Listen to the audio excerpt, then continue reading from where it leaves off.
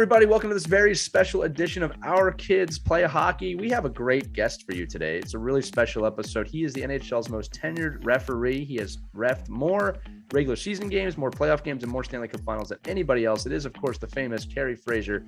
And we have him on today to talk about officiating both at the professional level, but both at the youth level as well. So it's a really great conversation. He has some amazing stories. He leads off with Gretzky. So obviously stay tuned for that. Also note that this episode of Our Kids Play Hockey is powered by Hockey Wraparound. Head over to hockeywraparound.com and use the code OKPH for 20% off your entire purchase. You can check out the world's #1 stick blade protector or their new product, the Dry Stick, which is really simple. It's 4 little mini sticks that attach to your kids or your hockey stick that changes how equipment is dried, and it just makes it very compatible, very portable. My kid's using it with no problem. It's really changing how we think about drying equipment while on the move or in a small space. So check it out at hockeywraparound.com. Again, OKPH for 20% off your purchase. But above all, enjoy this episode of Our Kids Play Hockey with Kerry Fraser. Hello, hockey friends and families around the world, and welcome to another edition of Our Kids Play Hockey. I'm Lee Elias, and I'm joined as always by my good friends Christy Casciano Burns and Mike Benelli. And our guest today is one of the most famous and tenured referees in NHL history. His career consists of 1,904 regular season games, 12 Stanley Cup finals, and over 261 playoff games. He is the author of The Final Call, Hockey Stories from a Legend in Stripes. Ladies and gentlemen, we are pleased to have with us today the one and only Kerry Fraser. Kerry, welcome to the show. Well, thank you, sir. It's a pleasure. And since you mentioned it, I thought I'd pop it up. Yeah, now for those of you listening to this podcast, Mike just held up a nice little promotional piece for your book, which is excellent, by the way, available on Amazon. That is a plug. But Kerry, let's jump right into it. You're known for being a ref, but the truth is you had just as much hockey upbringing as anybody. You grew up in a backyard rink in Sarnia, Ontario, before playing junior A hockey. Just tell us a little bit about your hockey life as a player before we jump into your life as a Stripes and refereeing as a whole. Well, we were certainly a hockey family. My father played professional hockey, minor pro hockey back when there were 6 teams in the NHL. He played in the International Hockey League. He played as a 19-year-old over in the Scottish International Hockey League, which were all Canadian players. They had a training camp at Maple Leaf Gardens, and Dad made the league, and they went over on a ship, and he enjoyed a year playing over there. My dad was a really tough individual. He was a little man with forearms like Popeye and anchors in his hand. I mean, he was also a boxer. I guess in the days of the IHL, he would be called a goon. He was the guy that fought a lot. He was also a boxer, which really, kind of went hand in hand in those days, certainly. The thing with Dad is he was a very aggressive individual as well. Now, I'm one of 2. My youngest brother, Rick, 2 years younger than me, who passed, by the way, from abdominal cancer in November. Sadly, with COVID, it was just FaceTime that we were able to connect on a regular basis.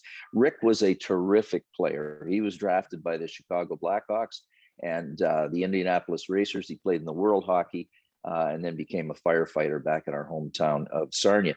But our hockey family, and Mom was the only lady in the house, but she was the one that kept us organized. She was there when Dad played pro. She used to yell at the referees along with the other wives at that time. And I had no aspiration to become a referee. But I will tell you, like most Canadian kids, we wanted to be NHL players. I was a good little player in the toughness end. And hockey can be a big man's game, and it can be very intimidating, certainly back in the 60s, 70s, and early 80s, as we saw at the NHL level.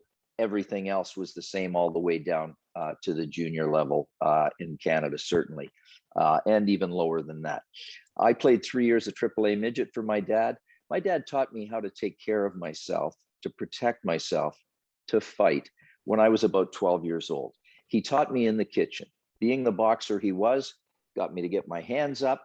He knocked me down, boom, several times before I recognized that I had to get my hands up, defend, and counterpunch. When I played 3 years of AAA midget for Dad, we had terrific teams. We won all Ontario championships. We had 5 players off our team go on and play in the NHL. Wayne Merrick won 4 Stanley Cups with the New York Islanders. Bob Neely, first pick of the Toronto Maple Leafs, 6'1", probably 190 when we were playing midget. But I was the guy that Dad would tap on the shoulder and say, go take care of business. He taught me how to fight. And I could fight better scared than most big guys could mad. And I will tell you one particular incident that occurred. And parents, this is for you. This is the kind of influence that you can have, negative as well as positive.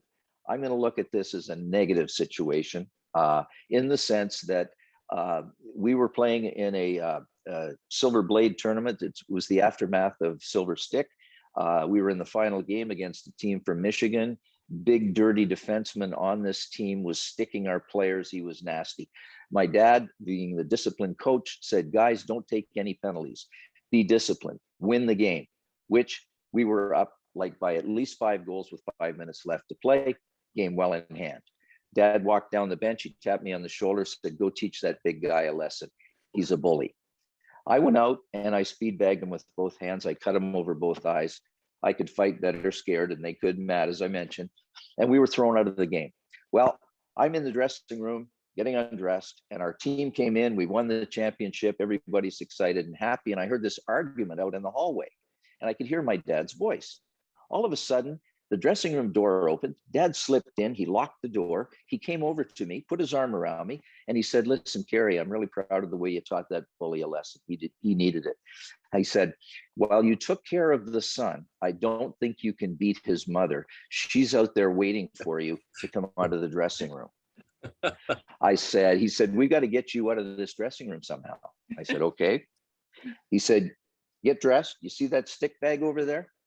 He said, I want you to get in it.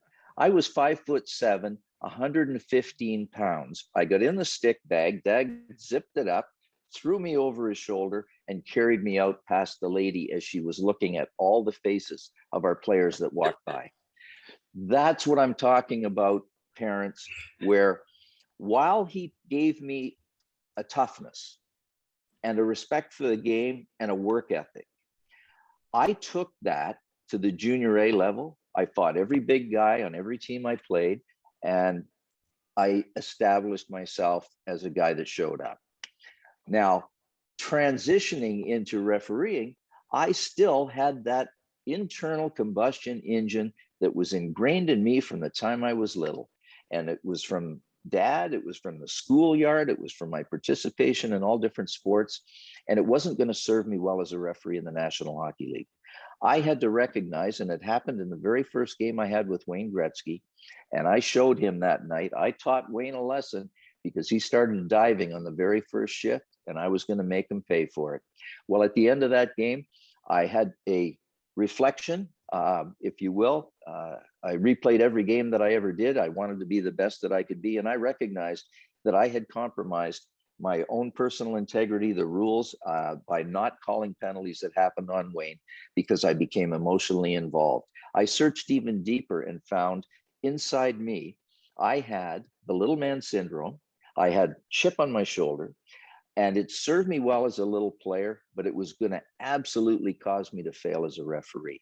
I had to change, and thank God I did. And thankfully, it was Wayne Gretzky that showed me that night that I needed to do some things differently.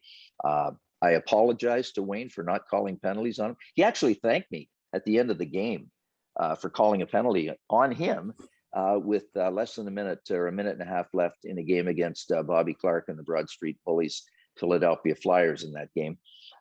Because I called absolutely nothing that happened on Wayne in that game after he took the first dive 15 seconds into the game, jumped in the air, turned his head to look at me to see if I was going to raise my arm even before he hit the ice. Obviously, the pond was frozen. There was no splash. And this little man syndrome took over, and the crowd at Northlands Coliseum was on me. And it was like, I'll show you, buddy. I'm not going to be intimidated by them or you. So, minute and a half left. Kelly Lindbergh caught the puck. I blew the whistle, stopped play. Wayne, in his office behind the net, where he always stood, jumped in the air, threw his hands out one way, his feet out the other way, boom, did a belly flop on the ice. Bobby Clark skated over to him with the no teeth. He said, "Get up, Gretzky, you blank baby." I went over. I said, "Wayne, what are you doing?" I said, "There wasn't a guy within 15 feet of you." He said, "You wouldn't have called it anyway. You haven't called a blank thing all night." I said, "You're right. I'm going to start right now." Boom, you got 2 for unsportsmanlike conduct. He said, "Thanks. It's about effing time you called something." And he stormed to his dressing room. Now, that was, maybe people think it's a funny moment, but for me, in reflection, not funny at all. And that was my come to Wayne moment after that first encounter with him. And I got better from it. Unbelievable. That's such a great story. Yeah, and you've always told that story so well. No, I love, what's amazing, Kerry, and we're going to dive deep into refereeing. So for those of you listening to the show today, this man has no shortage of amazing stories. I've heard many of them, and we could honestly spend hours on that. But per Kerry's request, we do want to jump into officiating today. We want to talk into parenting, coaching, and really draw on your experience in the game, Kerry, to educate our audience. But, what the story you just told, I love, because, thankfully, honestly, it happened earlier on in your career, right? And the key word here is ego, right? You call it little man syndrome, but it's ego. And you got in tap with your ego that day and realized that to be an effective referee or official, that's something that's going to have to disappear, at least in that form, from your game. And that is one of the reasons you are, if not the best, all-time greatest official of all time. We all grew up with you. One of the many reasons. So what I want to jump into now, and again, we're going to dive into this in different sections. And as you said, we'll probably go all over the place, but let's just talk with the basics of officiating, what makes a good official. Christy's going to get into this too. There's a shortage of officials right now. What makes a great official, and what should somebody be looking into if they want to get into that side of the game? Well, first of all, we love the game. You have to love the game. I have 12 grandchildren. A lot of them play hockey. Excuse me. I have one, our oldest grandson is now playing junior A. He made the team up in Maine. And he's playing for Ken Hodges' son. Ken won 2 cups with the Bruins, and his boy Dan is the coach up there. Harrison is just really a great kid. And he has skill sets, but he also plays the game the right way as a pro style player. He uses his body, but he's not dirty in any sense, and he's respectful. So as an official, I think respect is a key word. So you love the game. You have to go out there and try and be the very best that you can be. You have to have the aptitude for it. Number one, you have to be able to skate. You certainly have to be able to skate backwards. I see officials in the amateur level that sometimes are out of shape. They seem lazy, and perhaps because there is a shortage of officials, some worked too many games in a row on a particular day. So they're conserving their energy, or God forbid, they're just lazy. I think everybody should try and be the very best they can be. I do charity games presently, and I still want to be the best I can be, but I want to provide the best possible performance for the players on the ice. That's also important. Nobody pays a nickel to come and watch the officials work. You have to understand your role within the game. You're not the show, you're not the star, but you can enhance the game and you can keep it fair and safe. Safety is a key issue for me. I think it's one of the most important jobs that the officials have, especially as the game has evolved and we've seen concussion issues and things of that sort. And they can start at a young age. They just don't happen as kids develop into hitting, body checking levels. The young brain that isn't formed can just be concussed from falling down backwards the wrong way or being whiplashed. So it's really important that those officials understand just how important their role is in this game to provide safety. And also, key issue, you have to develop relationships within the game. That situation with Wayne Gretzky I described, I brought it up for purpose because aside from the fact that I recognized my own deficiencies, I also recognized that I had to develop positive relationships with the players, the coaches, the media, even fans within a game. And I became approachable. And I would listen to myself as I was speaking. My body language changed. I controlled the things that were reflex for me, that just came up within in a confrontation and would surface. And I was in control of those most of the time. I would take a breath if I felt it start to rise in my temperature, relax the shoulders where you typically carry your stress load. And then this means peace, reps. You're going to have a conversation with the coach. We don't want to see this because that's offensive, and we never want to see this. So open hands, peace, calm voice, monotone. Don't yell back, don't curse back. My objective and sort of my internal mojo that I learned was successful is to treat disrespect with respect. So I could bring the temperature down in a confrontation based on my body language, my tone, taking control of that situation in a positive way. And here's how I would do it. Might be Rick Tocchet, young captain of the Philadelphia Flyers, 22 years old. He could skate, he could shoot, he could fight. Very emotional guy as a young player. But he was getting way too many misconduct penalties. And I had a game in the Philadelphia Spectrum one night, and Talk came out and he's yelling and screaming at me. And I had a decision to make. How can I control this situation to get him refocused on what he should be doing? Open hands, calming voice. I said, Rick, whoa, calm down, please. And I use please a lot, reps. I need to have a conversation with you, but to do so, you gotta calm down. Then I went about to tell him, listen, you're a great player. You can do it all. You can skate, you can shoot, you can fight. Your players respect you, but you can't do it from that penalty box over there where you're spending way too much time with 10-minute talking penalties. I want you to play. I want you to stay on the ice. And you can't play against the third team out here, the guys in the stripes. Play against those other guys. And if you have a question for me, please just come and ask me. We're going to have a conversation about it. We might agree to disagree, but I will always give you an answer. And please, let's do it respectfully. And I could see a light go on in Rick Tocchet's head through that conversation. And from that moment on, we developed a relationship. And I did it with so many other players.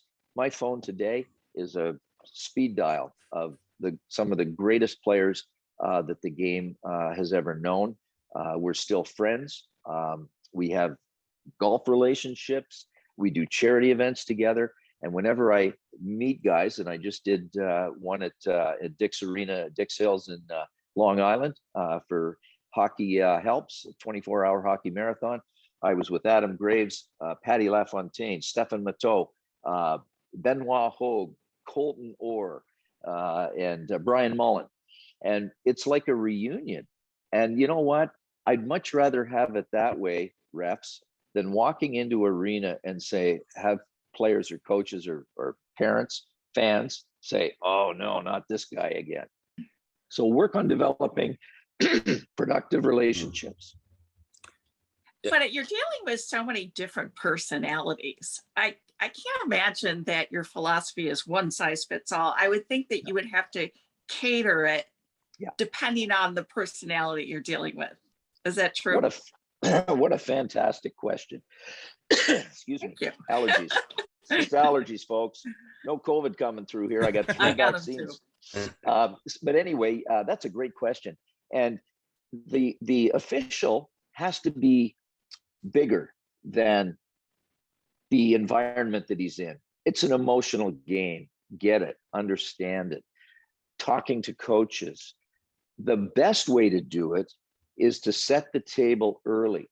Whenever a new player came into the NHL in the preseason, rookie season, I would always do my homework. I would check the game sheet before the game, the press notes. And if there was a new player in the league that I hadn't seen yet, the first thing I would do is go up and introduce myself to him. How do you do? I'm Kerry Fraser. Now, this kid might have seen me, referee Stanley Cup finals when he was in diapers. So he knew who I was, but I made him feel like I want to wish you the very best. And if you have any questions, please feel free to come and speak to me. So the table was set. I could see sort of and I would look into people's eyes to try and see what they're all about. I saw some darkness in some guys' eyes when they came into the league. Trust me. Theo Fleury being one, and another player for the New Jersey Devils that spent some time in prison. And I looked in those eyes the very first time I saw those individuals, and I thought, you got some darkness here. You got to be really careful how you deal with them. And I will share a Theo Fleury story as we move along in this conversation that is absolutely impactful for the parents. One of the things I also did following retirement, I worked for TSN up in Canada for a few years. They created a segment on a hockey show called "Come On, Ref," and one of the things that we did is the NHL Players Association had an annual best in Canada 14-year-old players. They scouted them the previous year. They're bantam age players. Connor McDavid was in that group. All these kids were going to be first rounders. We broadcast at TSN their game coast to coast that they played after the camp was over. Gary Roberts ran it. They had all kinds of different things. We knew these kids were going to be first picks. They were going to make a lot of money. And so they wanted to get them started on the right foot. Their parents were there as well. I was asked to speak to the players. I said, I will, only if I can talk to the parents at the same time. Parents have the most influence over their young athletes. My wife and I have 7 children. We have 12 grandchildren. Of the 7 kids, 3 of them got full Division I athletic scholarships. One boy wrestled in college. They were really good athletes and they were good students. So I kind of know what I'm talking about. And I've learned along the way about being a better coach and a better parent coach. When our son played Pee Wee hockey, Bill Barber's boy, Hall of Fame Bill Barber, Philadelphia Flyer, he was still playing and I was still refereeing, and we would go to the games when we were home. Our wives would sit with all the parents. Bill and I would grab a coffee. We'd stand the farthest away in the corner behind the glass away from the parents. Our wives said to us, "What's wrong with you guys? Are you antisocial?" Bill said, "Hey, listen, I'm not standing over there with the parents because they all think their Pee Wee players are going to be NHL players. I don't want to listen to them." I said, "They're busy yelling at the referees, and I don't want to be associated with that either." So we kind of, as professionals, stayed away. I think that now, and once I retired and I started watching my grandkids, I was called in to separate altercations between parents when these kids were playing Pee Wee hockey. It's absurd. It absolutely is absurd. And I hear the sort of the Broad Street bully stuff still that lingers in the Philadelphia area with fans, where they think their little guys should be playing aggressive and physical, and some of the comments that come from the stands are absolutely brutal. And that's one of the reasons that we have a lack of officials, because these young kids that are starting out are being abused verbally by adults and by coaches, adult coaches, that they just don't have the skill sets, the kids yet, how to handle them. Why take the abuse for, being beaten up by an adult verbally when the monetary reward is not that great? So there needs to be some mentoring. There needs to be some coaching. I speak to level 4 coaches. Mike has had me to coaches clinics with USA Hockey.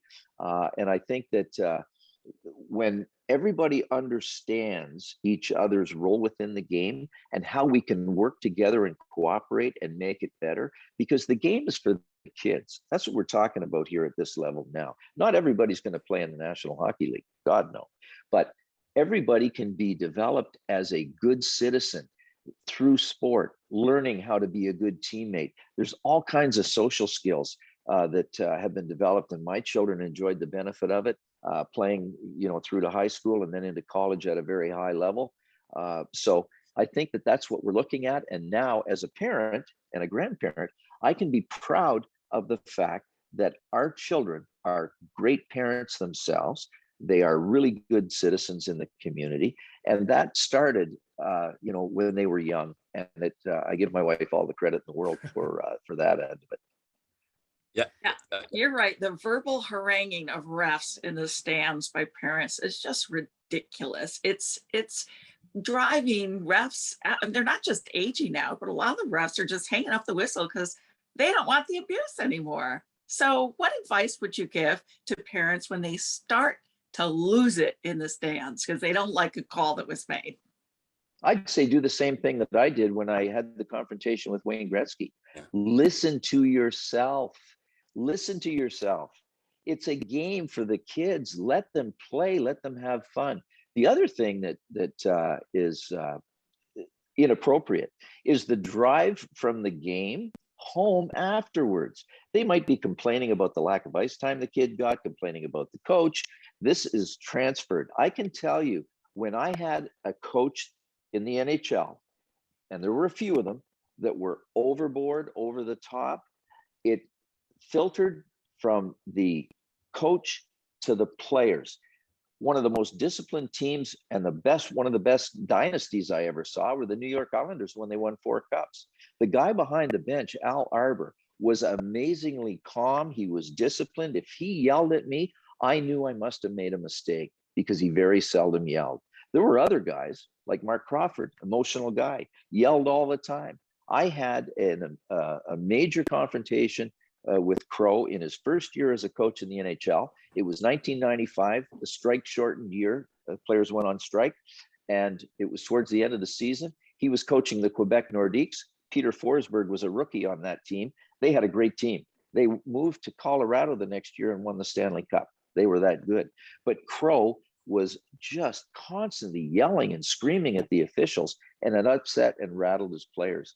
And we had a confrontation towards the end of the season in a game in Florida that he unloaded on me unmercifully with the most profane, foul language I think I've ever heard from a coach, with a minute left in that game, after I gave Peter Forsberg a penalty and they were down by 2 goals. After the game, and I dealt with it calmly. Believe me, my pulse was going. I was twitching my muscles at the bench as I was talking to Crow, and I treating disrespect with respect, trying to. I told him that that was the most profane thing I'd ever heard. Nobody believed it sitting on the bench, all his players. And I said, but you and I are going to hold that for another time because I need you to put your players on the ice and I need you to do it now, please. I am internal, like my engine is going. I got the adrenaline flowing. Game ends. I'm sitting in the dressing room, knock on the door, open it up. It's Mark Crawford. He said, Kerry, can I talk to you? I said, yeah, come in quick. I said, sit down, have a beer. What's up? He said, I want to apologize. He said, you're absolutely right. You didn't deserve that. But he said, I don't know what's wrong with our team. We're heading in the wrong direction. We're picked to win this thing. And I just don't know what to do. I said, well, let me give you a little, counseling, if I may. I told him about Al Arbor and the discipline that he had in his team, the 4 teams that won the cups, and they stem from that coach behind the bench. And I said, you're rattling your players and blah, blah, blah. So he took that and I said, now, last thing before you leave, I'm giving you a lifetime career warning.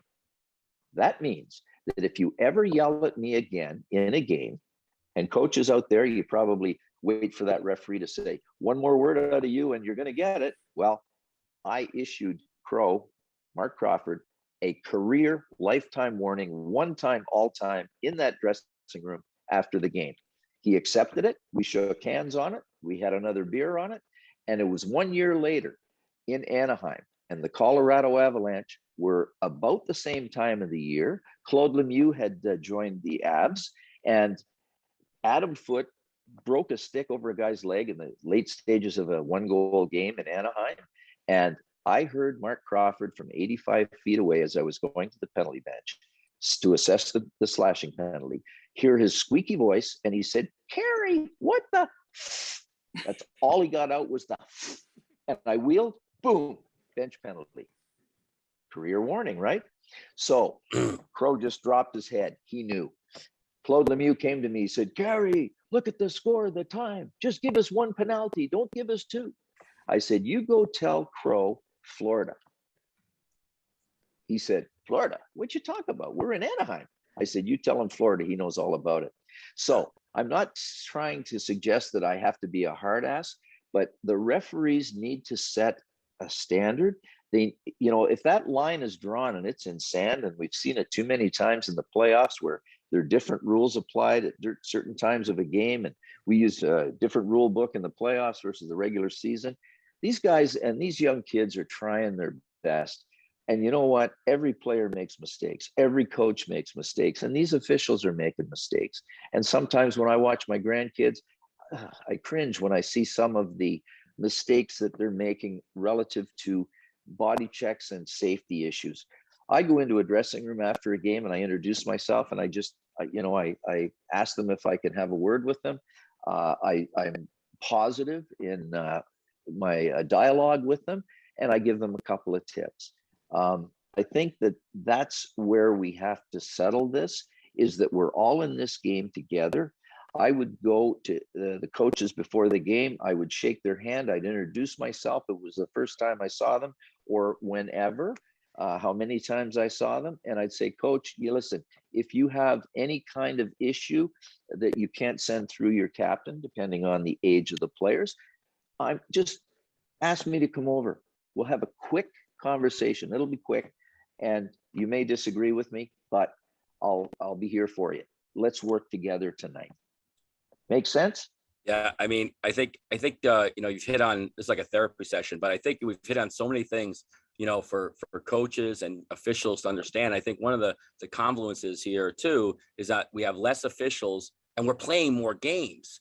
So what happens is, like, these officials are being asked to do much more. So I guess my question to you, Kerry, is like, when I do coaching education programs, one of the things I talk to the coaches about, especially those coaches that coach multiple teams, is how do you silo out, like, okay, your 10U team had a horrible practice and then your 12U team practices next, and you're still all crazy and you transfer that over. And I see that in officials and coaches. What advice would you give to an official that's doing like a weekend tournament? It's game 6. They've been officiating since 6 a.m. and everyone's yelling at them. Maybe they had some good games in there. Maybe some of it's self-inflicted, whatever it is. What are some of the things that they can do to kind of, to your point, reset and understand that each game is siloed out? And you must see this like in playoffs, right? You're a team of officials, and how hard or how easy is it for you to not carry over from game to game to game those emotions and those feelings? That's a great question, Mike. And you have to be bigger than yourself. We all have human nature. We like some people, some individuals more than others. Teammates prefer to play with one teammate over another. Some guys don't like each other on a team. That's sad. And coaches have to understand the different personalities of each player and their skill sets. You can't make somebody something they're not. It drives me crazy when I see a coach that at even the high school and other levels where they want to play a system of dump the puck and chase it with a skilled set of players. I just did a checking for charity in the pro level game at the Flyer skate zone. It was Johnny Goudreau's team against the kid that was with the Rangers that they got rid of, and he just signed somewhere else. They were all like NHL or D1 players. The skill sets were incredible. Can you imagine telling a guy like Johnny Goudreau, dump the puck in the corner and chase it? Number one, he'd probably get there before the other guy anyway, but his skill sets are so incredible. And I've seen coaches that think, I'm just going to make them play the old style. That's the way I was raised. That's the way I was coached. And, we've had some good coaches, and I had a lot of them, and I had some that weren't so good. And I've seen coaches that were very good in the NHL, and I've seen some that weren't so good. And I've seen them beat up on certain players that they just had such a disrespect for their players' abilities. Justin Williams in 2005, when we came back from the first lockout and the game had changed with the no hook, no touch, all that sort of thing. Ken Hitchcock was coaching the Philadelphia Flyers. Hitch said, this guy will never play in the NHL. I saw him in the first game and I went, wow, this guy is going to be a stud. He can skate. He can handle a puck. He's got speed. He won 3 cups after he got traded from Philadelphia, and he won a Conn Smythe Trophy as the best player selected in the Stanley Cup Finals with the LA Kings. So we make mistakes, coaches make mistakes, and there's one just example of a guy that just, had something that he thought this player wasn't gonna perform or have a good career.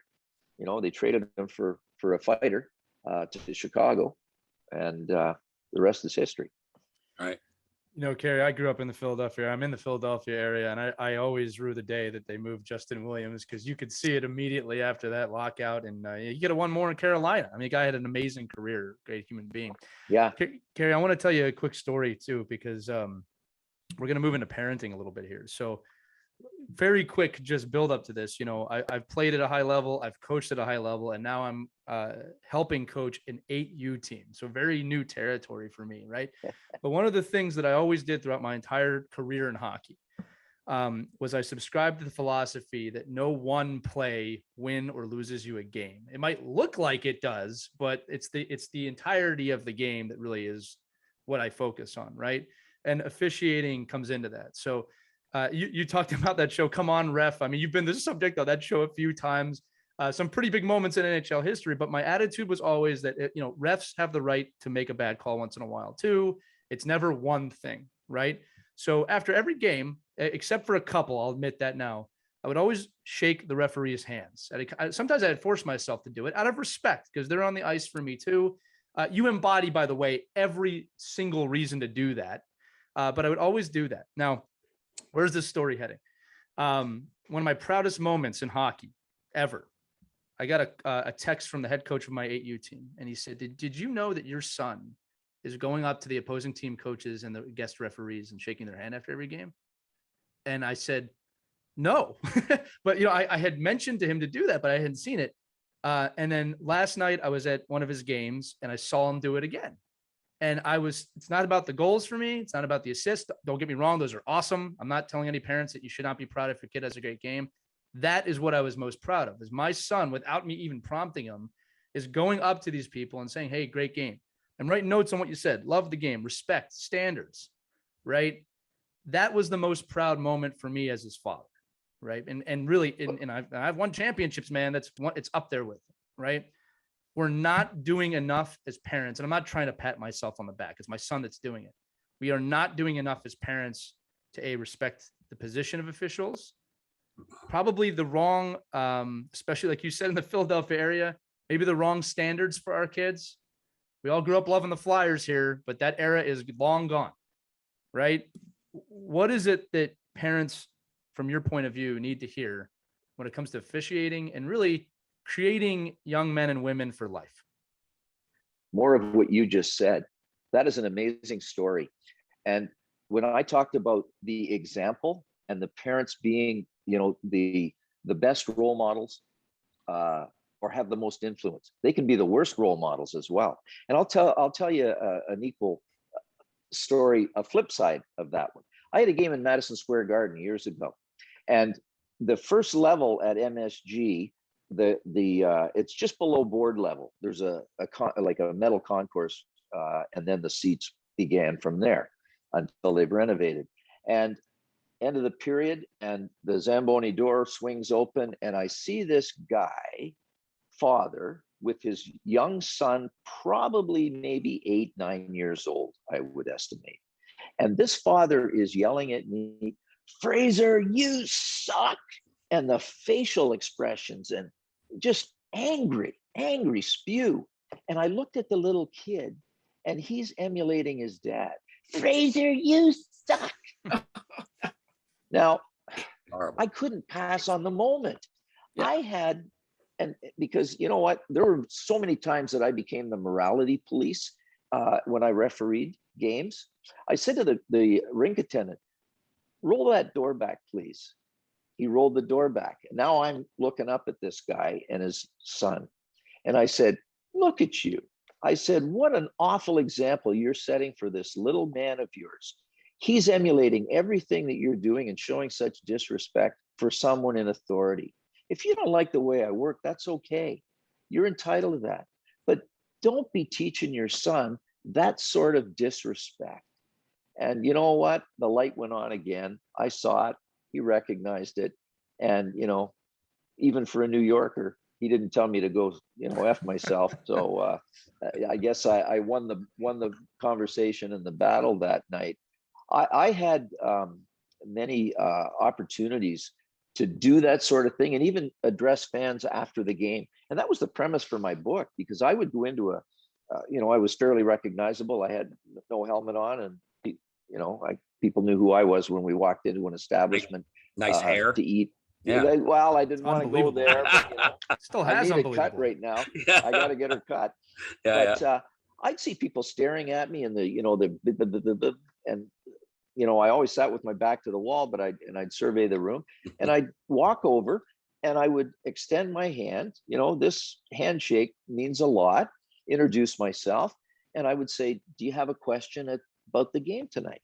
And typically the first one was a little hot, and I got a question for you. That time, blah, blah. And I'd answer the question, and I'd say, "Do you have another one?" Now, you maybe just heard how I said that. Do you have another one?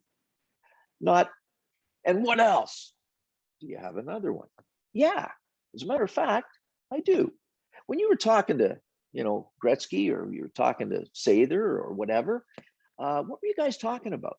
And I recognized, and I'd answer it. And before long, before 3 questions, they were buying me a beer, and we became friends. But I recognized that the fans in this really emotional supercharged game, the best place seat they can get is 1 row behind the glass. They want on the other side. They want inside my world. And to be able to share that, the NHL has done a great job with, and their broadcast right holders, 30 for 30, inside the game, stuff like that, where fans really get a glimpse of what goes on. Some of it is scripted, but most of it is just, let it roll. So that really taught me a good lesson. Communication, again, it's all about communication, moms and dads, and how you communicate with your body language, with your verbiage, with the way that you drive your young athlete home after the game, can all have a positive or a negative effect. Listen to yourself, like I did on the ice. I would stop in the middle of a confrontation sometimes, because God, there's no nail holes in these hands. And if I got a little overcharged and it didn't stop here, whoop, out it came. I have stopped in mid-sentence because I heard myself, and I went, "I'm sorry. I didn't mean to say it that way. Let me start all over again. I apologize."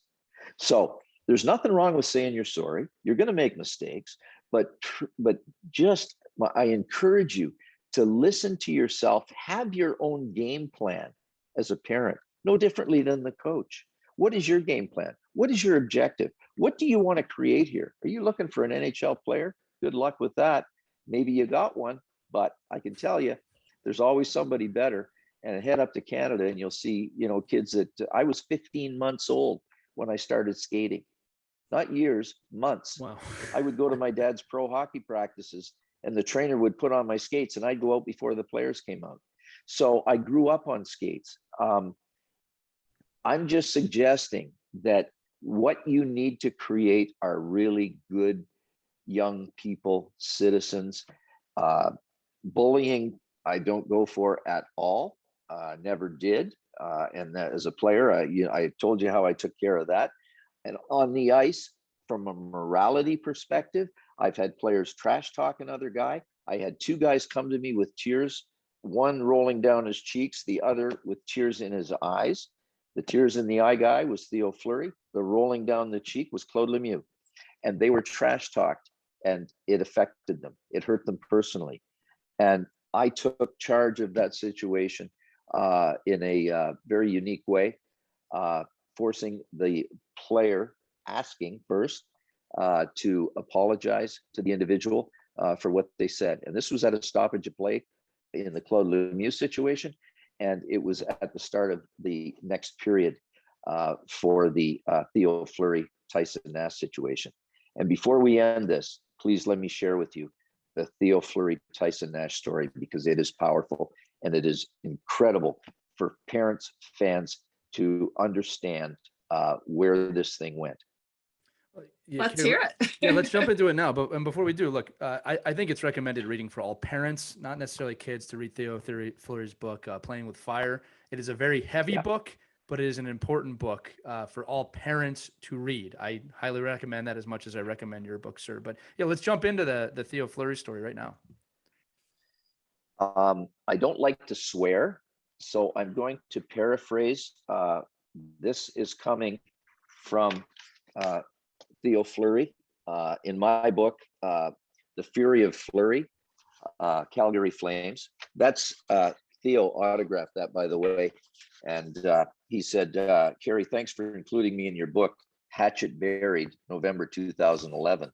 But here's what he said to me, April 19th of 1996, in Game 2, first round, Stanley Cup playoffs between Calgary Flames and Chicago Blackhawks. And this comes from Theo's book, Playing with Fire. I quote, "I'm going to effing kill you. I don't care who you effing think you are. Let's meet outside in the parking lot, you effing shitbag." Fraser immediately gave me a 10-minute misconduct, throwing me out of the game. It was too much. I took my helmet off and threw it at him. Theo Fleury, Playing with Fire. Now, put yourself in that situation, parents. You're me. You just called a penalty on a guy. He goes bananas on you. He talks to you like that. How do you respond? You get your fists up. The adrenaline is going to flow through you. You're going to be highly energized, as I was. But I had to be professional. I had to control that emotion, that negative emotion that was rising up inside me. My muscles were twitching. It's the old fight or flight, and I was never a flyer. I was a fighter. And my leg was twitching with that helmet sitting at my skate. I wanted to kick it back in his face. Took a breath, which I encourage you to do. Relax your shoulders. I threw him out of the game. Just another incident with Theo Fleury.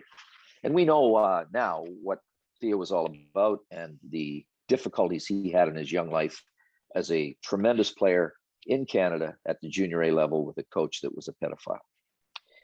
I'm going to fast forward 4 years. Now, this is still in my memory banks. I got a memory like a steel trap. But you had mentioned, how do you process that? I don't hold grudges.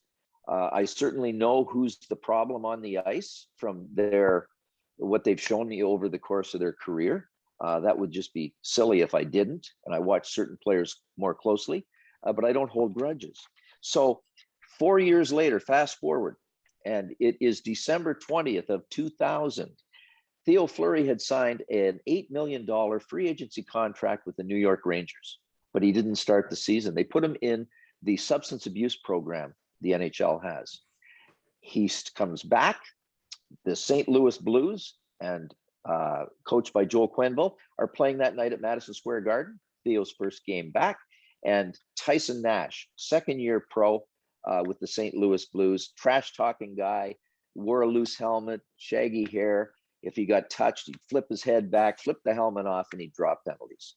He was a pain in the butt for the refs. But I tell you, at the end of this first period in Madison Square Garden, Theo Fleury, the same guy that trash talked me, cursed at me, threw his helmet at me, came to me with tears in his eyes. He said, "Kerry, I'm trying to clean my life up honest. I haven't done coke in 30 days. I haven't had anything to drink in X number of days.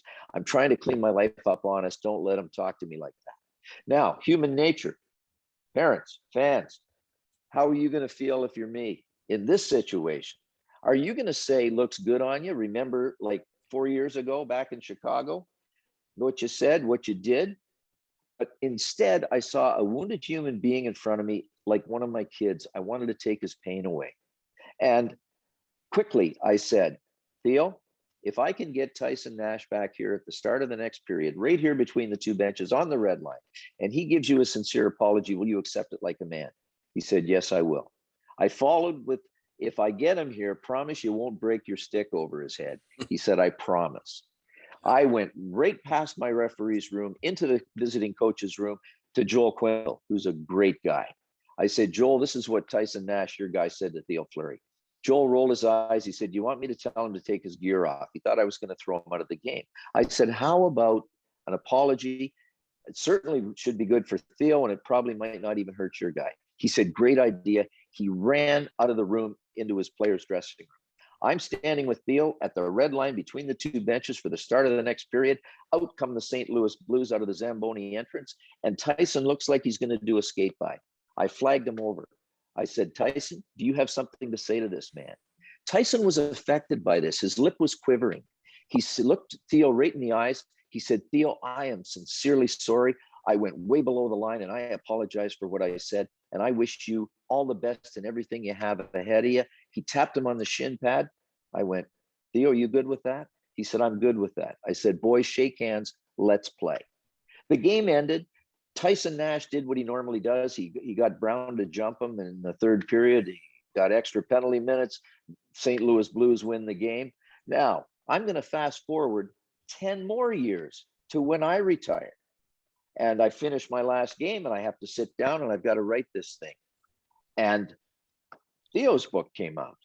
And one of my objectives, and this is one that you should maybe try and follow, I want to take a bad situation and try and make something positive from it. Negative to positive. So Theo's book comes out, and he writes that trash story, and the only ref he really trashed in the book was me. One of the things he said, there's not enough mustard to put on that hot dog.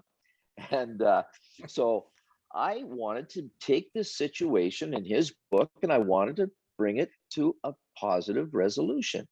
So I called Tyson Nash. I said, hey, Tyson, Kerry here. Do you remember the situation with Theo back in December 20th of 2000? I'm writing a book, and I need your permission to write a story. Ladies and gentlemen, the phone went dead. It was quiet. Tyson said, Kerry, that was a life-altering situation. It was career-changing. Now, this is 10 years after the fact. I said, talk to me. Tell me about it. I got him to write it in his own words. In my book is exactly how I put it in. And I must tell you, it's pretty powerful, and I want to share it with you. I need you to listen to this. And I really need you to put yourself in this situation as a parent. And I want you to think about your young athlete and the guidance that you might be giving him, or for you coaches, the guidance that you're giving your players. This is from Tyson Nash. When I first started playing hockey, I was actually pretty decent and had the ability to put the puck in the back of the net. But as I traveled on in my career, I realized, and certain coaches helped me realize, if I was going to make the NHL, I needed to play a certain way. I, of course, didn't always agree with them, but I listened, and I'm thankful, so thankful I did, because of the career I ended up having. Coach Quenneville gave me an opportunity and a role on a great NHL team. When I first got called up to the NHL after 4 years in the minors, I knew this might be my only chance to show what I can do. I ran around and hit everything that moved and smiled and laughed the whole game through, and in many more after that, for I was living my dream. And I was playing in the NHL. Coach Quenneville told me that I needed to be the most hated man in hockey and bring that smile and energy to every game. And as long as I did, that I would be a St. Louis Blue. The rest was history. From that day, I would do whatever I had to do to stick in the league. I would hit anything and anyone. I would yell and chirp and do whatever I could do to get the upper hand or drop penalties. After all, we had the best power play in the league. And in fact, we had a stat sheet for penalties drawn, which of course I dominated. At least I could say I was good in one stat column. I'm pretty sure I was a ref's nightmare, always in the middle of everything, and it just escalated from there. It was a tough role to assume because it wasn't really who I was. I consider myself a pretty nice guy who off the ice hates controversy, but on the ice I had to do something totally opposite or I would be gone. I was given a job and I wanted to be great at it, no matter what or who stood in my way until on a particular night. Before a game against the Rangers, everyone talked and gossiped. And in the heat of the moment, I said some things that I typically never do and got personal. I was frustrated with Theo Fleury. And in the heat of the moment, I attacked him as a person. Obviously, Theo was a very fiery guy and it didn't take much to get him. But instead of fire him up, I apparently struck a chord emotionally and he approached Kerry Fraser about it. And well, that was a huge wake-up call for me that certain things are offsides no matter how bad you want to win the game. After that, I never went after someone's personal life, and I have Fraser to thank for playing dad in this one. Dad, I'm a referee. That stuck with Tyson, not just 10 years past when I spoke to him, but even to this day. Theo, Tyson, and myself speak at corporate outings, various youth camps, etc. That story is told, and it keeps coming back to me. One player at that went to an alumni camp, 3 of them in 1 year, heard that same story from all 3 of us from the different perspective of each guy. So, parents, coaches, you want to make a positive difference, or you want to be a negative influence? You can make that choice. And folks, we can do something simple every day. Every day we can have an opportunity to change somebody's attitude, that maybe they're having a bad day, opening a door, saying, I'm sorry, an apology. This was just an apology in a game, in between periods at the National Hockey League level. And look at the byproduct. Look at the benefits that were gained just from that simple apology and doing the right thing. I encourage you to do the same. That is a great story, Kerry. And it, again, transcends multiple decades, which is even more amazing, you know, and just following up on that. And then I want to jump to Mike and Christy for final questions. You know, funny one for you as a coach. You know, before the games, I'd always have a stick of gum in my pocket, and I'd always invite the ref over. I'd say, hey, man, you want a stick of gum? And, you know, 8 out of 10 times I go, what, my breath stink? I go, I don't know. I'm just offering you a stick of gum. But I did it to break the tension, right? That was kind of my way of putting my hands up and like, listen, the game hasn't started yet. You got your job to do. You know, we might disagree, but I just want you to know I'm not, you know, peace, right? So right. I wanted to know, you just gave some great advice to parents. What advice or tips and tricks, again, I'm saying that kind of jokingly, do you have for coaches before a game? What would you like to see as an official coaches do prior to a game to interact with an official, just to kind of build that respect and build that relationship if they're capable of it? You know, the NHL at one period of the 4 decades that I was in the league, the league said, let's try and have the coaches have a meeting in the officials room, both coaches at the same time, to establish some communication before it goes out and gets hot on the ice. That worked for a little bit. It got a little bit monotonous, but it was good for individuals in the striped jerseys that often didn't communicate very well with the coaches. It forced them to have a face-to-face in a non-confrontational way and sort of set the table. It never got into a session where the coaches were complaining about, you know, the other guy last night, I had this or I had that. But I think it's really important that the officials do the same thing that you did. You need to, I had a game one time when I was just coming up. It was in the Central Pro League, and it was the Los Angeles Kings farm team. And Charlie Simmer was playing there, and Terry Murray, who ended up winning a cup with the Flyers. And I absolutely stunk. And I had to stay there. It was in Salt Lake City, and I had to stay there for like a day off. And then the next game, I was afraid to come out of my hotel room. I was brutal, and I felt terrible about it. And I ended up giving Charlie Simmer, I think it's the only 10-minute misconduct he ever got in his career. We joked about it.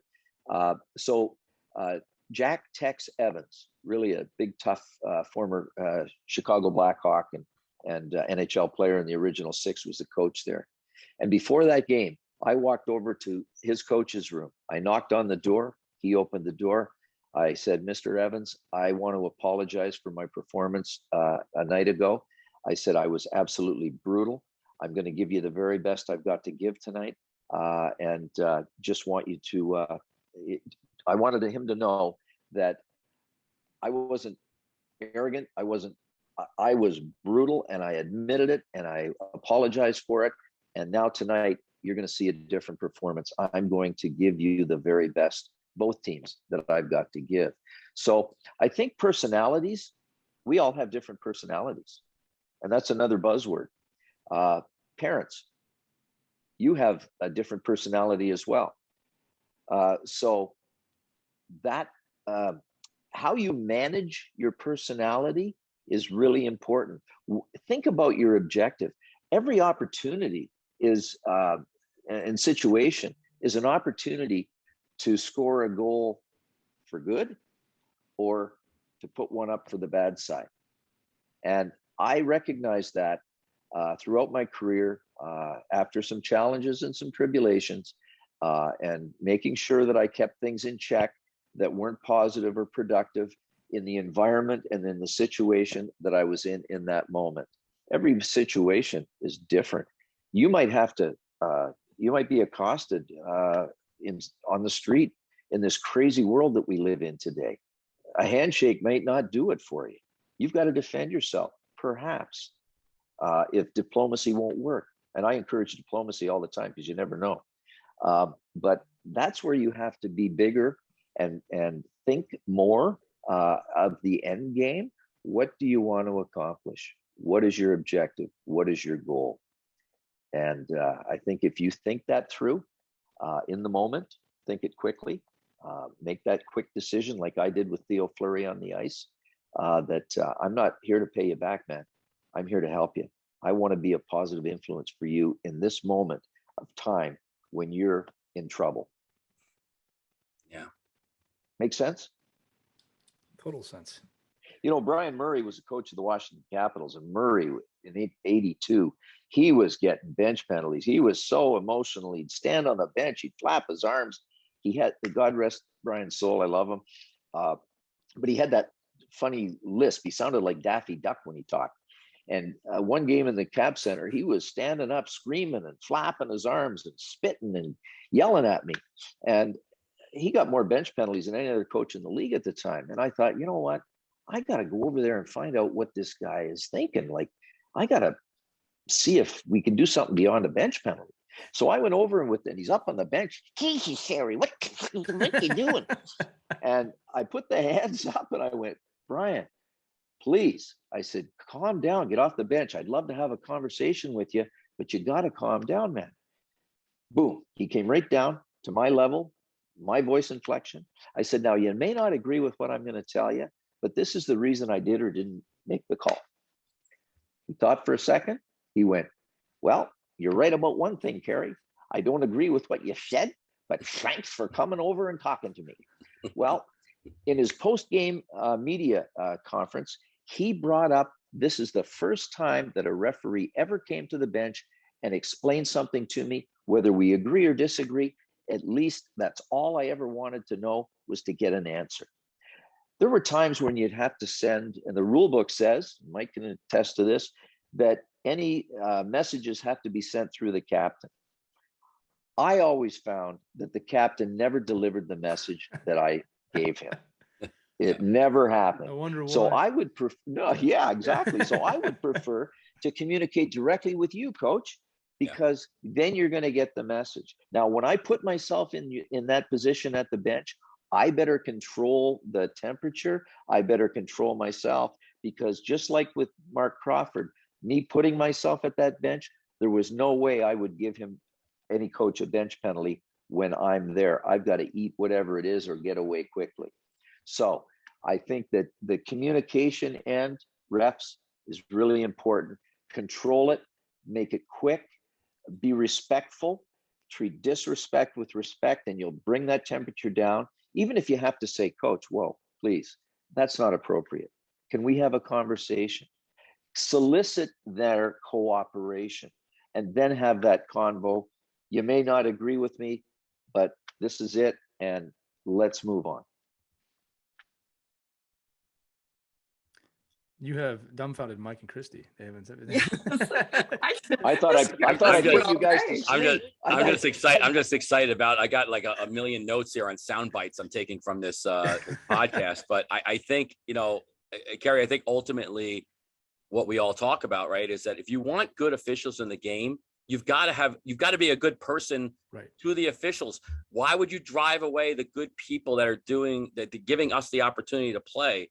And I see that I remember last year, my son's lacrosse had games canceled over and over and over because it just wasn't an official to officiate the game. This isn't limited to hockey for And sure. yeah, it's everything. Football. Yeah. Christy said it with football and hockey, as I see, when you have 18 games in a weekend in one rink and there's only 9 officials, what are you going to get? So if you want to get the good officials and keep the good officials, we as coaches and players and parents, and Kerry, you said this, we're all here together to develop the sport and it goes to the officials too, right? You can't just be, I'm not going to communicate either. It all goes both ways. But I think ultimately, like what I try to tell my players and parents is, well, guys, ultimately it's the official has all the power. So let's make sure that we're communicating with them in a positive way so that we can at least influence that power to help us. And I think because like you said, there's not many people that, obviously at your level, Kerry, at the NHL, there's probably a lot more officials like you than not, as far as being able to learn from you and communicate to these, these personalities that are larger in life. But at the youth level, we're bad coaches with bad players, and we probably don't have the best officials. I mean, it is what the level of the play is, right? And I think, just embracing the fact that we have the opportunity to have officials out there, to your point, be safe first, keep the rules in check, but be respectful. I think it just goes such a long way. And it's a message, I think, that, in the heat of the moment, maybe a lot of us miss. Well, mentoring is really important. Mentoring is crucial. So ego, we talked about that early. Some of the officiating managers, coaches, supervisors, you've got to not make it about you, and you've got to make it about the official that you're trying to mentor and help. And sometimes I walk into situations where I hear sort of the bloviating, chest puffed out with, well, this is the way I took care of that guy. And it just doesn't fly. I put questions to officials. I want them to think for themselves. I want to teach them how to think the game. And when you had a situation over there, what did you see from that sight line? What do you think would be a better position to be in? And, for officials, the biggest thing is be in the right place to get the right sight line. I developed a positioning philosophy in 1983 or 4 that was adopted by Canadian Hockey Association, still is in their books, officiating books. USA Hockey's used some of it because I had to develop something. I was 5'7.5", and there's no way I could see over or around players. I had to develop a skill set like the great players that knew not where the game or the puck was now, but where it was going to be 3 moves down the chessboard. So I would never try to be in a blocked, stationary, stagnant position.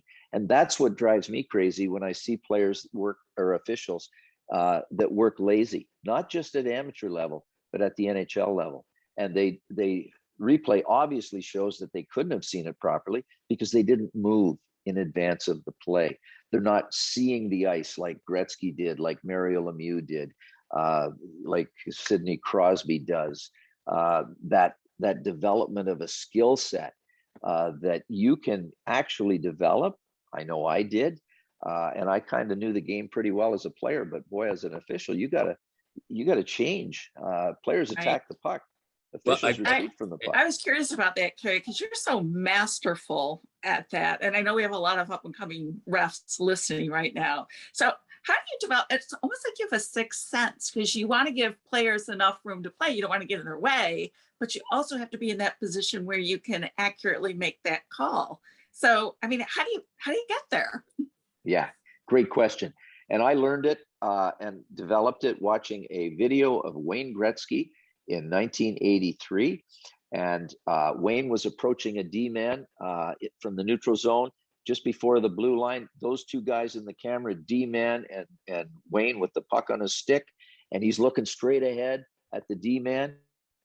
All of a sudden, Wayne threw a behind-the-back no-look pass to the right side.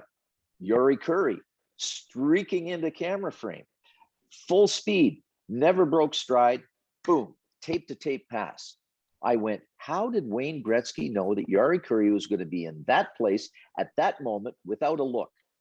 And I came up with a philosophy that he did little checks with his eyes. The camera, your camera's always moving and it's picking things up all over the place. And you're looking at, for me, the player's speed, their direction, their body language as to what they're going to do.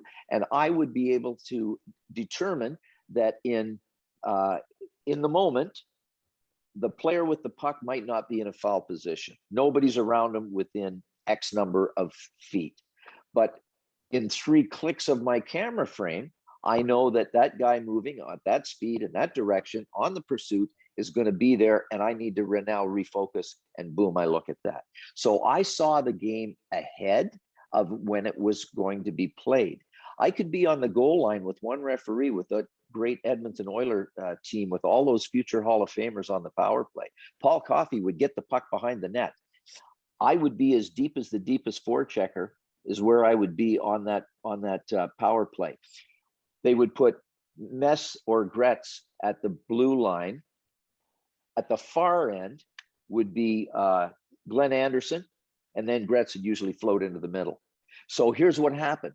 Coffey came around the net. He pressed down on his stick when he got around the corner. I knew he's going to pass it. That's his body language. I know the outlets because I've already seen who's at the blue line. We had at that point, the red line was in play for an offside pass. So with Anderson at the far end, far blue line, the only way he could be onside to receive a pass is if the guy at the blue line with his stick on the other side of the blue line touched the puck and did a one-touch pass, just let it run down the ice. If I'm watching that and I say in my brain, and I'm doing play-by-play in my brain, Coffey has the puck. He's behind the net. Okay, he comes out. He's got a pass. He presses down. Boom, he passes the puck. There it goes. And oh, he's touched it at the blue line. Oh, it's down at the far red line or far blue line. If I don't move, I've already had my brain in gear. As soon as he came around that net and he's pressed down, and I know the outlets, I've already crossed over and I'm moving. I'm following that puck before or as he releases it, because I now have to blast down there because I've got to catch it at the far blue line because I want to be at the goal line when that play happens. That's how you can do it. I had a referee school for 13 years in Calgary. I came up with some innovative kinds of things to have referees develop their sense of awareness. I put, and Canadian Airlines was one of the sponsors of us at the time, and I got those masks that you wear when you fly transatlantic so you could sleep. I got all these referees lined up on the goal line. I had their masks up. I said, take a look at the setup here. We've got a player at the point, each side. We've got a guy in the slot. We've got a guy over there. I'm going to put your masks down. You're going to pass the puck. You see who's got the puck on their stick before you mask down. Now, you see that play with your eyes closed, your eyes blocked, and you hear that puck moving, and you follow the path, but you see it in your head where that puck's moving. It sounds crazy, but then I had the players start mask up, and everybody's following because they hear the puck go on the stick, on the stick. Then I had them, okay, we're going to put some action. Guys are going to be skating. You're going to still see the faces and the numbers of those players, but they're going to be moving, and the puck is going to be moving with them to different players. You've got to differentiate with, the blind ref, right? You're going to differentiate who has the puck and who has not with the other sounds that are going on. So it was incredible how these guys developed a sense and used all of their senses, because now they're seeing the play in their brain and they're having to think in advance as that guy's skating. Where is he? Where's the puck? And that's exactly what I had to do as a ref. When there was a shot from the far point and I'm on the goal line, I would drift back just a little bit, because if it deflected off the goalie and it goes between my legs, I know based on the speed it's moving, whether it's going to go high up the wall or whether it's going to stay in the corner. The cavalry's coming. Players are attacking the puck. If I look down to see where the puck is. And then I look up, it's too late. They're already on me. I'm trapped. Now I'm fighting players for space on the ice and also the ability to see things. And I can't possibly make a good judgment when everything is closed in on me. Yeah, I think one of the things I learned that I love about good officials, like the ones that really you could tell. To me, an official cares when they're in position. Like even if the call's the wrong call and they're emphatic that it's a goal, then I know, okay, they're selling it. And I think that one is like, maybe it's a goal. I don't know. I don't care if you're wrong. Be emphatic, but be in the right position. And I have nothing to say. I'm like, well, what am I going to say? There's no replay at 8U hockey. Just go with it. Mike, you don't like goal calls from the blue line? Is that what you're saying? Well, it's the fly by offsides that I hate. It's like, no, it's good. Right. I'm like, good.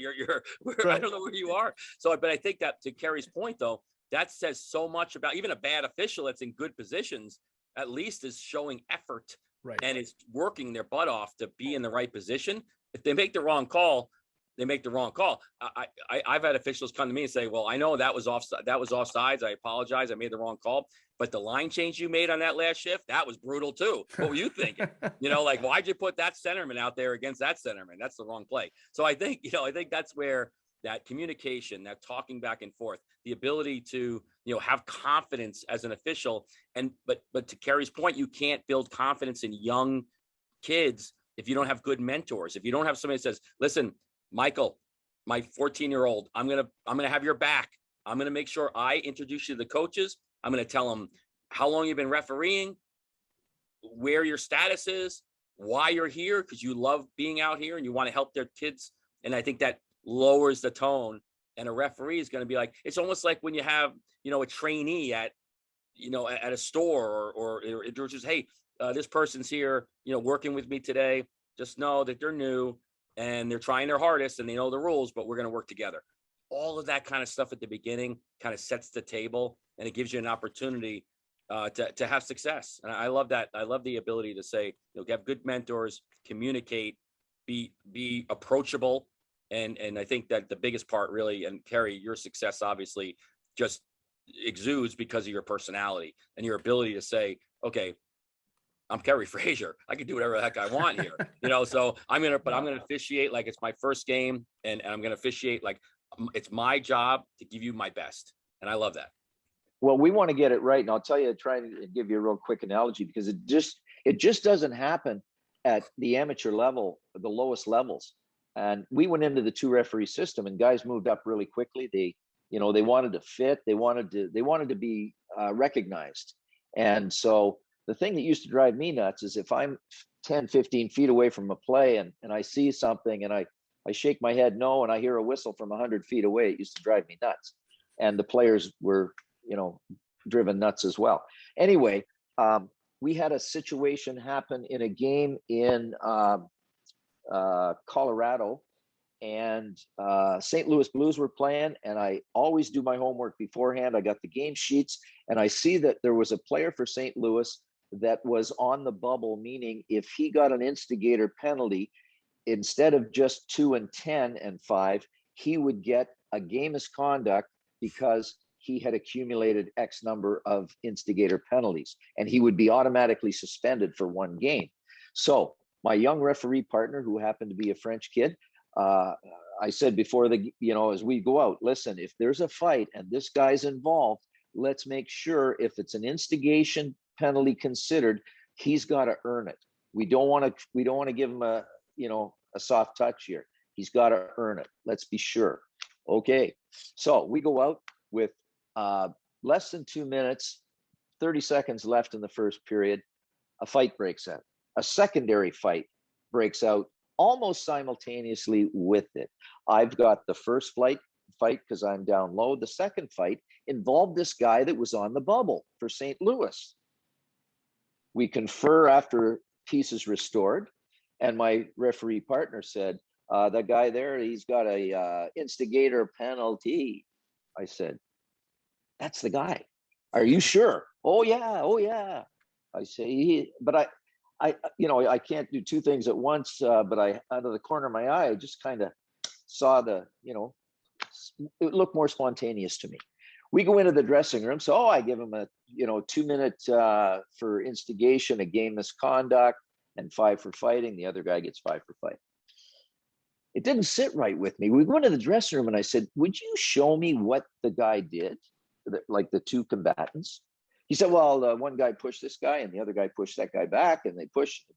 And then the St. Louis guy drops his gloves and they fight. I said, that's it? Well, you drop his gloves first. I said, well, somebody has to drop their gloves first. Long story short, it was not an instigator. Now, we have in the dressing room the red phone, and it went right to Toronto. I picked it up, and I had Mike Murphy, Vice President of Hockey Ops, on the line. I said, Mike, we got a problem here. I said, I think it, and I didn't want to sell my guy out, but I said, we had a language communication problem out on the ice. There's no way that that was an instigator. He said, well, I'm glad you said that, because I had both, Dougie Armstrong and Jim Nill, the general manager for Colorado, both called me, and they want to know what the heck's going on. I said, Mike, we can fix this. He said, how? I said, what I would suggest is I bring the two GMs down here, get word to them, and I tell the guy with St. Louis to get his equipment back on.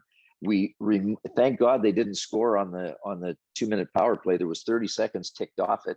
I said, we take that 2-minute penalty off. We put the guy back in the game. He's going to get 5 for fighting, and we play on. He said, great idea. So I went out and I had to make the announcement that there was, an error on the play. The 2-minute penalty is rescinded. Players get 5 minutes each for fighting, so that the media knew what was going on. And I mean, the right thing was done, highly unorthodox, but you had to do what was right. And so that happened at the NHL level. And then following that, we've seen where players have been put in the penalty box and then they've been taken out of the penalty box. So I guess it was a little ahead of the curve. Kerry, what I love about you is always your pursuit to get it right. And I think that, especially at the NHL level, people forget that the officials work just as hard as the players to be the best they can be at what they do. So to round out this episode, I've been taking notes the whole episode because you were just so well spoken. You always have been. But I wanted to repeat these for the audience because we've been going over the things that kind of make a good official. And it's not surprising to me that these are echoed with how to be a great coach, how to be a great player at the highest levels. Number 1, love the game. Everyone we've interviewed has said that, right? 2, respect. 3, have high standards. 4, communicate, have good communication. And you didn't say this one directly, but the last one is character, which you have unbelievable character. Anybody who listens to you speak or reads your book can see that there's a reason you're the best of the best, right? So again, love the game, respect, standards, communication, character. I also love the treat disrespect with respect. These are common themes at the top level, players, coaches, and officials. So if you're a parent or a coach, these are the life skills you need to teach. Again, talent is important. Tactics are very important. I've never, ever excused that. But if you don't have this other missing piece, the type of person you are, the bond that you create with your team, it doesn't matter. You're not going to succeed long-term as a human being. I should say that. Kerry, you've been an unbelievable guest. I loved every minute of this. I want to tell everybody again, it's required reading. If you're serious about this game, it's required reading that you read The Final Call. We will absolutely link it with this podcast. It is an amazing stories, I should say, and it's written by a scholar without lack of any other word there. But Kerry, I want to thank you again for coming on the show. It is always wonderful to talk to you. Well, it is my honor and privilege to be part of this great game for as long as I was, and that we can all, I can't stress enough, that we can all make a difference, folks, in our world presently that needs us to take up a banner and be respectful, whether it's road rage. We don't know what the other person's dealing with in their lives, and rather than confront and go after and be aggressive back, it takes a bigger person, and it takes that breath and the relax of the shoulders sometimes, just to say, is this really that important to me? No, go ahead, you go ahead.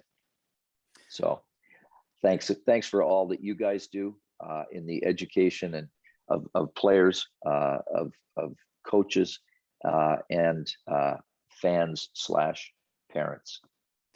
Thank you, Kerry. It's been our pleasure. And that is a wonderful message to leave it on. We can all have a little bit more empathy for each other, work together.